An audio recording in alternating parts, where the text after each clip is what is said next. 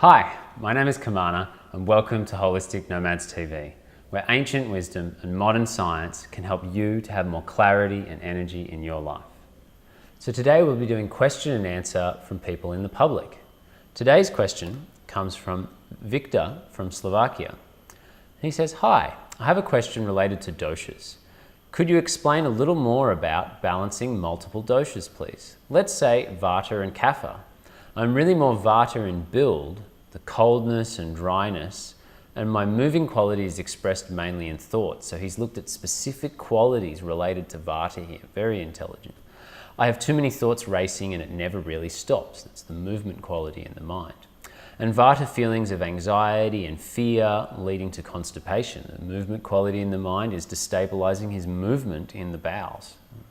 "But my lifestyle is very Kapha-like. I move very slowly, work behind a desk all day, although I tend to stand rather than sit.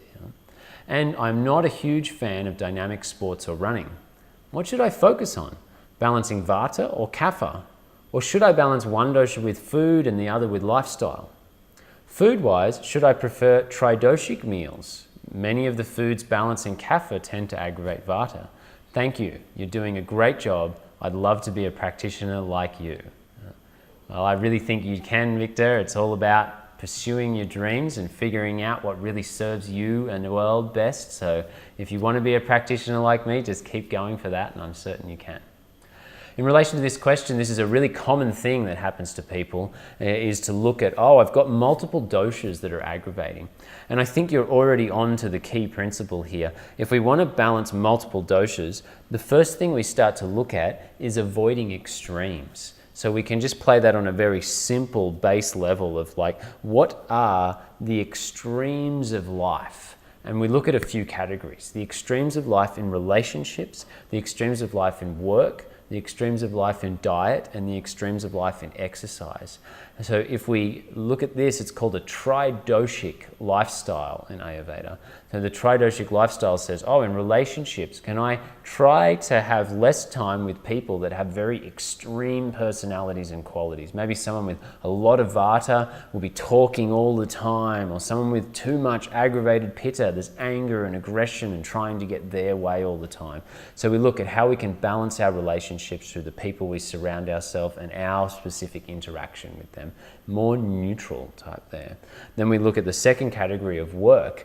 Let's say if you're sitting for a long period of time at work, as you've said, try to stand up for a bit. Try to change the activities. Try not to be in the same sense and action organs all the time. See if you can vary your work a little bit throughout the day and not be in the same extreme for a really long period of time. Let's say working in the sun for 8 hours a day is very much going to aggravate Pitta. Exercise. If we're not doing any running or jogging or anything that's really stimulating the body's metabolism, then that's an extreme, a complete lack of exercise. Or if we're running every day for 30 minutes or more, then again, that's an extreme. It could be too much of a running type of exercise. So we look at how can we create a more neutral ground, a more evenness in the world of exercise.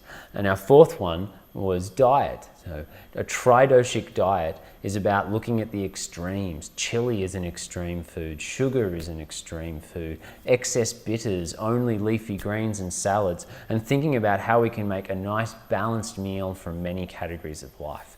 There's an article on kamana.com that goes into a balanced diet and looks at the qualities related to a balanced diet. We'll put a link for that article below. So our next step, which you were also alluding to in your question, is moving from a general tri-doshic balancing lifestyle, just avoiding extremes and hoping that balances it, to getting a little bit more specific, moving from a general treatment model to a specific one, like a quality. So here we'd look at what are shared qualities. So the shared quality between Vata and Kapha, as that's the doshas you're looking at, is cold. So I'd start to look at, well, what could we warm up in our lifestyle? What could we warm up in our diet? How can we make sure in the morning we're doing enough exercise that the body is really warming up, and probably just to the point of sweating every day? This really helps to balance Vata and Kapha together, is making sure that we're stimulating warmth inside the body and inside the exercise program. And then we'd start to look at specific qualities. So your specific qualities, you were talking about dryness. So then we make sure that we're applying enough oils within our diet, finding out which oils might work best for Vata and for Kapha. So olive oil works great for Vata and Kapha. Sesame oil works great for Vata and Kapha. A little bit of mustard seed oil, nigella seed oil. Look at the qualities that might work great for both of them. And although it appears as though their foods are quite opposite and not balancing to each other, there's a lot of things that actually are balancing for both. So you'd find those specific qualities you're looking for. Dryness is what's presenting, and then how can I balance dryness with something that can also balance Kapha a little bit at the same time? And you keep looking for those specific qualities to find a way to go, oh, from the general, I need to balance Vata as a generalization, yet dryness is my specific quality I need to balance. If we look at the movement principle in the mind, then we look at exercise to stimulate and warm the body, but how can we make the exercise slow, strength and conditioning, stabilizing to the body and the mind, and that will deal with the movement principle that's there as well. So we're looking at these overlapping qualities to really help us to balance more specifically for you. Another little helper I'd like to give you is a few mind herbs that could work good to balance Vata and Kapha in the mind. So as both of these may be some of your dominant doshas, we want to make sure that it helps with both. As an example, ashwagandha. Ashwagandha has a warming property, so we looked at cold as the shared quality there, and it helps both Vata and Kapha in the mind. If there's stagnation in the mind, ashwagandha can help with this, yet it's most specific for the movable quality in the mind. So it can help to balance that movable quality you're talking about, and it helps with Vata and Kapha. The other one that can be great for Vata and Kapha is called calamus or Acarus calamus. And this has like a warming and scraping, and it's slightly stimulating and sharpening. So ashwagandha on one side, quite calming to the nervous system, and calamus focuses the mind and the nervous system. It's a little bit more for Kapha, it's more warming, yet it can have a sharpening effect on the mind and really focus Vata as well. It may be used for more of a temporary period to clear out stagnation and old thoughts for a certain period of time when Vata is more high. When it comes to any of these recommendations, this is general educational advice. Please see a practitioner or someone before going into specific details, especially related to doses, which should be individualized for you. Really happy to share this information with you, Viktor, and all of those out there. I really appreciate your listens.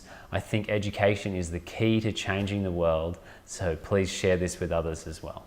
If you have a question on anything related to health and healing, I'd be more than happy to help you and answer those questions. You can submit the questions on holisticnomads.com/ask.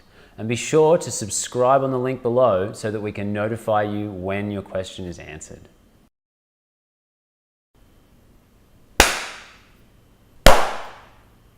That's enough. Having fun with the clapping.